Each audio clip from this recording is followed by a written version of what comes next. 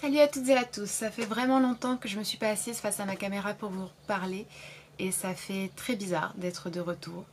Je profite de la quarantaine pour justement revenir et faire ce que j'arrivais plus à faire depuis quelques mois déjà, c'est-à-dire concilier mon activité de prof et mon activité de créatrice de contenu en ligne, même si quand même petite précision, je ne suis pas sûre que ce soit un réel succès étant donné que c'est la quarantaine qui me permet de faire ça et qu'on ne peut pas réellement parler d'une vraie conciliation des deux, même si je continue de travailler, je continue d'adapter mes cours pour les envoyer à mes élèves et beaucoup de choses. En fait, je dirais même que si on oublie la fatigue liée au transport, la fatigue liée au fait d'être entourée de gens en permanence, j'ai plus de travail maintenant que lorsque je fais cours en présence à mes élèves, donc voilà.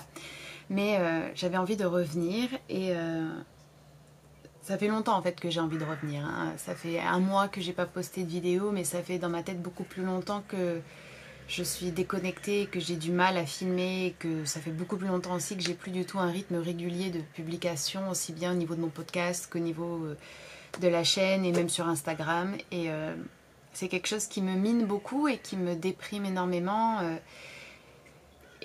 J'espère vraiment que là, je vais profiter de ce temps pour peut-être me remettre dedans, pour faire le point. C'est quelque chose aussi sur quoi je travaille depuis un certain temps là.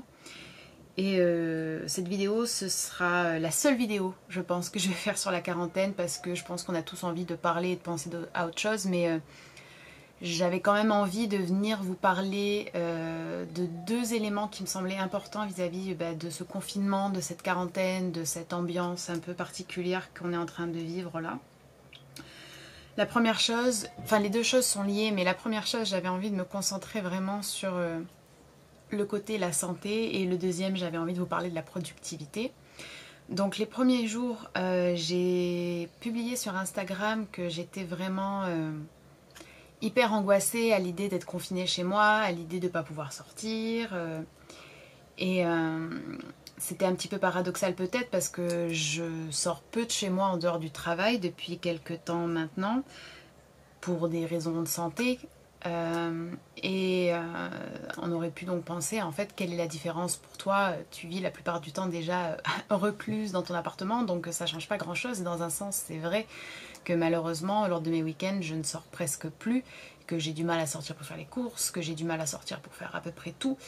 Et c'est pas vraiment ça qui m'inquiétait, c'est plus que, étant donné que j'ai déjà du mal à sortir, étant donné que c'est vraiment quelque chose qui me demande de la concentration, un effort, une préparation mentale, et que c'est pas quelque chose de naturel en fait pour moi, le fait d'être coincée entre guillemets chez moi pendant une durée indéterminée qui serait quand même au minimum de 15 jours, j'ai très peur que ça ait des conséquences désastreuses sur le travail que j'ai déjà entrepris pour m'aider à pouvoir sortir davantage, à pouvoir fréquenter des lieux où il y a des gens, à me remettre dans un rythme de vie normal en fait.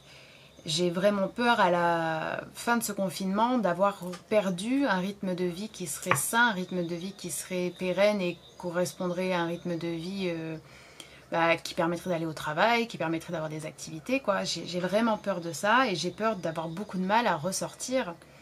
Donc j'essaye de sortir un petit peu quand même pour juste au moins me dire que je ne suis pas restée chez moi pour pas perdre cette habitude. Et j'ai vu personne parler vraiment de ça, j'ai vu plusieurs personnes parler de l'angoisse, des crises d'angoisse, et ça bien évidemment je le comprends tout à fait. Moi ce qui m'inquiète énormément c'est plutôt le côté agoraphobie qu'il peut y avoir dans mes troubles et c'est un gros souci. Et c'est vrai que par exemple j'ai vu énormément de gens critiquer toutes les personnes qui étaient dehors et je comprends tout à fait bien évidemment que là il faut être responsable, solidaire, il faut penser en tant que communauté et groupe et pas en tant qu'individu qui a envie de se prélasser au soleil dans le parc coincé entre 5 étrangers dont les postillons nous arrivent dessus et de toucher tout ce qui se trouve à notre portée, voilà. Donc je suis entièrement d'accord avec ça, mais en même temps j'ai l'impression qu'il y a peu de gens qui ont aussi compris que pour certaines personnes, sortir, ça allait être essentiel et que l'isolement, ça n'allait pas juste être négatif, en fait, ça allait être potentiellement dangereux. Et voilà, j'avais donc envie d'en parler un petit peu, je vais pas m'étendre non plus énormément sur le sujet, je pense que c'est assez clair. Voilà, moi j'ai vraiment des inquiétudes assez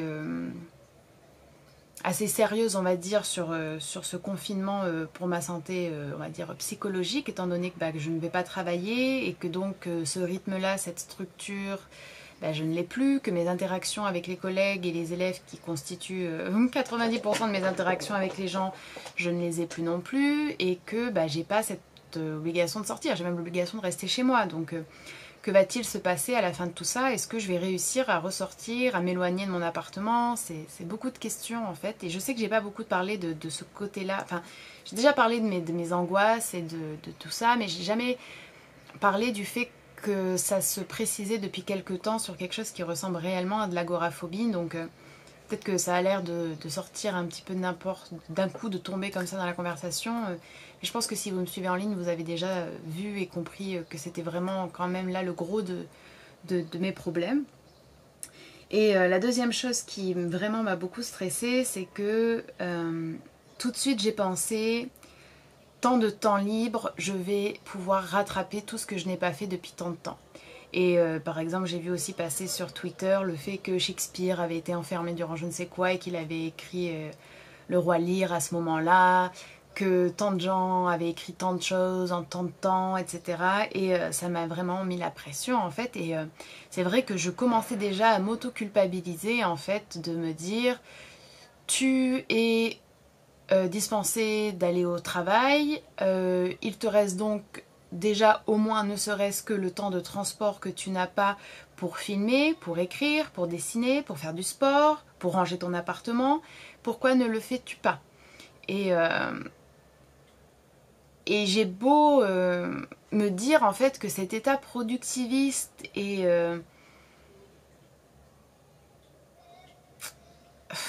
utilitariste, c'est vraiment désastreux. J'ai beau voir que dans un sens, c'est ce qui fait que le monde tourne mal, parce qu'à l'échelle individuelle, c'est cet aspect-là de la productivité, et à l'échelle des sociétés, des économies, c'est le capitalisme et la surconsommation. Et j'ai beau le savoir, c'est très difficile de se détacher de ces schémas de pensée. En fait, c'est extrêmement compliqué de se dire que on va pas profiter de ce temps-là qu'on a coincé chez soi pour produire un truc incroyable. Pour moi, c'est très difficile de me dire qu'en fait, je vais pas en profiter pour filmer 3 vidéos par jour et être tranquille du coup jusqu'à je ne sais quel mois. C'est très difficile pour moi de me dire que je vais pas me mettre à écrire limite un podcast par jour. C'est très difficile pour moi de me dire que je vais pas en profiter pour finir ce roman que j'ai commencé à écrire il y a des années qui n'est toujours pas fini. C'est très difficile de me dire que j'en profite pas pour faire toutes ces illustrations d'autrices et de poétesses que j'ai commencé à faire il y a quelques mois. C'est très difficile en fait. Et je prends pas du tout en compte le fait que j'ai de la fatigue accumulée de mon travail, que j'ai cette fatigue nouvelle du stress, de la gestion de ce temps et des ressources qui est différent. Que j'ai la fatigue tout simplement de la fatigue normale des gens, que j'ai tout ce temps passé avec mes élèves à répondre, à envoyer des documents, à recevoir les documents qu'ils m'envoient, à faire des cours vidéo, etc. Que j'ai juste aussi envie de rien faire parfois, et puis l'aspect psychologique qui fait que j'ai du mal à produire, que je me sens vraiment confrontée à l'échec, que j'ai du mal à me motiver pour quoi que ce soit, et que j'ai du mal avec l'image de moi en ce moment, donc que me filmer c'est compliqué, enfin énormément de choses qui font que en fait oui, non, je vais pas filmer 3 vidéos par jour, je vais pas finir un livre, et puis je vais pas produire comme une personne incroyable, voilà. Et en fait c'est aussi la réalisation que c'est très mortifère cette pensée que j'ai, qui est que si je ne produis pas comme ça, c'est que je ne suis pas une personne de qualité. En fait, c'est vraiment dommage de penser ainsi, mais la réalité, c'est que je pense ainsi et que je ne suis pas la seule à penser ainsi et que c'est pas naturel qu'on pense ainsi, même si on a certainement des dispositions, mais c'est que la société, en fait, nous force, nous dirige très souvent dans cette manière-là de concevoir la vie et nos occupations, nos hobbies, nos passions, nos intérêts, en fait. C'est compliqué, et c'est vrai que ça, c'est l'un des gros points qui, pour moi, me conduit à avoir les pensées les plus sombres et les états d'esprit les moins agréables. C'est cet échec, c'est cette sensation de médiocrité, d'inutilité, de ne pas arriver à concrétiser mes objectifs, mes rêves et mes envies.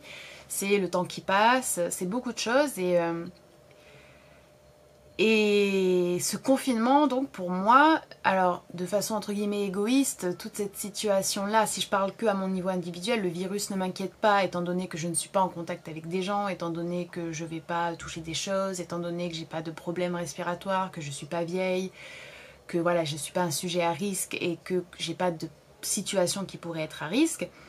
Je parle vraiment à un niveau individuel, hein. Bien sûr que je me sens concernée par ce qui arrive aux gens, par la pénurie comment dire, par la situation horrible que subissent les soignants, par l'effondrement du système de santé hospitalier qui s'est fait depuis des années dans l'indifférence générale des politiques. Bien sûr que je me sens concernée par les animaux, par la nature, etc., par le retour qu'on va avoir après tout ça, voilà. Mais je veux dire, si je parle vraiment à mon niveau individuel, non, la question de la santé physique, à proprement parler du virus, non, ça ne me perturbe pas du tout, je n'ai absolument pas peur. Par contre, c'est vrai que toute cette situation a vraiment fait naître en moi des grosses inquiétudes sur plutôt la santé psychologique et que je suis encore en tâtonnement là-dessus. Voilà, comme je vous dis, avant-hier je suis allée courir un petit peu pour m'aérer, pour me dire que j'avais fait quelque chose. Hier soir j'ai fait du yoga, aujourd'hui je vais essayer de ressortir pour aller courir autour de chez moi vite fait. Parce que sinon ça va être très très compliqué. Et puis j'essaye de me remettre à filmer doucement, j'essaye de me remettre à poster doucement. Et d'être dans une dynamique qui serait plus du plaisir, de l'introspection, du partage et puis de penser sur le long terme. Ce, encore une fois, qu'on ne nous encourage pas du tout à faire. Et je pense que je ne suis pas la seule à avoir ces inquiétudes-là et ces formes de pression en étant en quarantaine.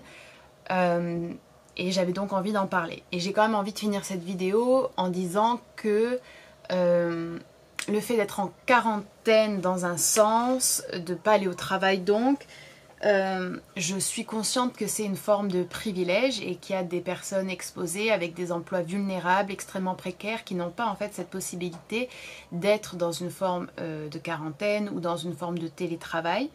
Donc cette vidéo, elle me semble être importante parce que ce sont des vérités et que j'en ai marre de m'excuser en fait, de dire qu'il y a certaines choses qui ne vont pas dans ma vie, dans mon état.